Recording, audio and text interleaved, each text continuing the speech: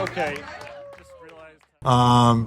Started off in the automotive steel welding industry for a long time in the recession, unfortunately. So I was laid off a lot. Every time I got laid off, I worked in the kitchen. I was When was burgers. this? What time period? 2007, 2008, Okay. the really good times there in the Yeah. economy. So every time that I was laid off trying to find a different factory, I would go work in a pub or a pizzeria, trying to obviously still pay bills. But I was living in Lansing, and a friend of mine was opening up a pizzeria and needed work, so I kind of joined there, and I was making dough every single day and kind of was like, this is neat.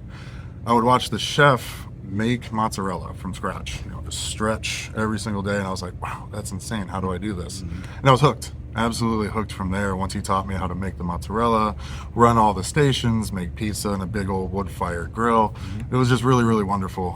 So that's kind of how I got into food. I made the decision of this creativity and also the hard work from, blue collar, steel, automotive work into kitchens is still very, very hard, laborious work. After making pizzas and then just kind of understanding food, it was just kind of off to the races. I was watching YouTube videos, reading cookbooks, like listening to my friends and other fellow culinarians, if you will. Started working at various different restaurants of different scales, from like gastropubs to fine dining to pastries. So I kind of started there and actually moved across the country. I worked in Yellowstone for a while, where I got my first chef job.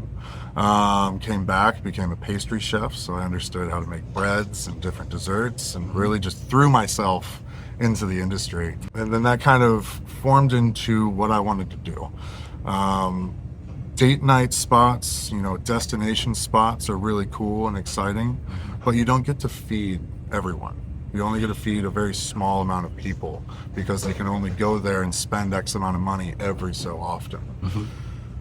Opening up Calico Jacks for me was being able to feed people, being able to feed them constantly and appropriately, and also for a better price point.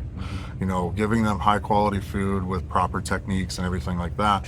But that working person who can come in and get a burger every single day, who can come in and get our dip and all the other stuff. Yeah. Looking at it kind of at a glance, I would say it is bar food, but in a way elevated. I do have a burger, a chicken sandwich, a banh mi sandwich, as well as, fried goods. But recently what we put on is something called a cannonball shrimp, which is kind of a mixture of coconut shrimp and firecracker shrimp. So we have mezcal pickled peppers, fresh pineapple, coconut dusted shrimp that's all fried, tossed together, and with bang bang sauce, some sesame seeds, and some scallions. It's really, really wonderful. So it kind of gives twists on the classics of what people know. I wanted to get into this because I do truly love feeding people. I love seeing the random person who's got $20 and like, hey, can I get a burger? And then they still walk with change from that.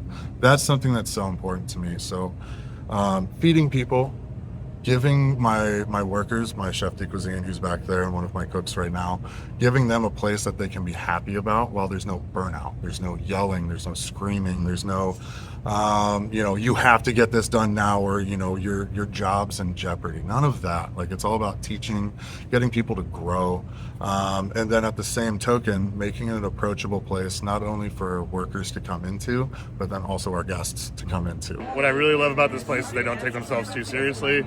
It's not hipster fancy tiki bar. It's like, we're here to have fun, and everybody is welcome. That's my favorite thing. Sounds like this is your home away from home, Andy. Would that be accurate? I think it's fair. One might say I'm here too often. Yeah. It's fair to say that I spend a lot of time here. And so giving them a place to hang out, have fun, and just forget about the everyday life and the economy and all the other crap that's going on right now is really important to me.